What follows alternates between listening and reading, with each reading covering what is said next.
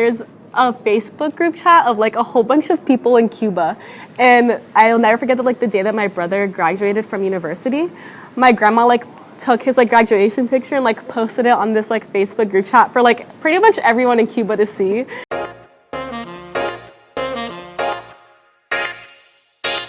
So I'm Valentina Diaz. I'm a third-year MCB major with an emphasis in neurobiology, and I'm originally from Miami, Florida. And neither of my parents went to college, and I think going to schools where it was a lot of kids whose parents did go to college or like who did have these extensive careers, it was a little bit different. From a young age, both of them were like, you're going to college, like I don't care where you go, I don't care what you get a degree in, but you're going to college and pursuing higher education. 7 years before I applied to college, my brother was applying to college. So by the time that it was my turn to apply, my parents still didn't know a lot, so a lot of the process was like me figuring it all out, like what's the Common App, like what essays do I need to write, like how do I figure out interviews, this and that. But they were very supportive, and if there was anything that they could do to help, they would do it.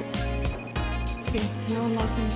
Being the first one in your family to do anything is really hard because you feel like everyone has these expectations for you, right? Like you feel like, oh my God, if I don't go to a certain school, then people are gonna think I'm this and that. Or like if I don't do this, then my family's gonna think like, why did I pay for all of this? But like, at the end of the day, it's just realizing that like, you're doing it.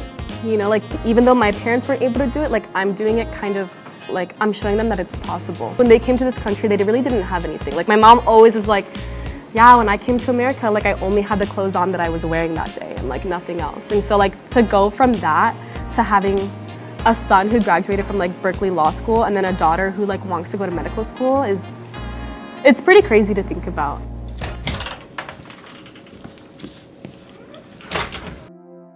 Around the time that my brother was graduating from undergrad and going to law school and I was applying, my grandpa passed away from cancer, my mom got diagnosed with cancer, and my aunt got diagnosed with cancer. I was just around all of this, and now I'm gonna leave.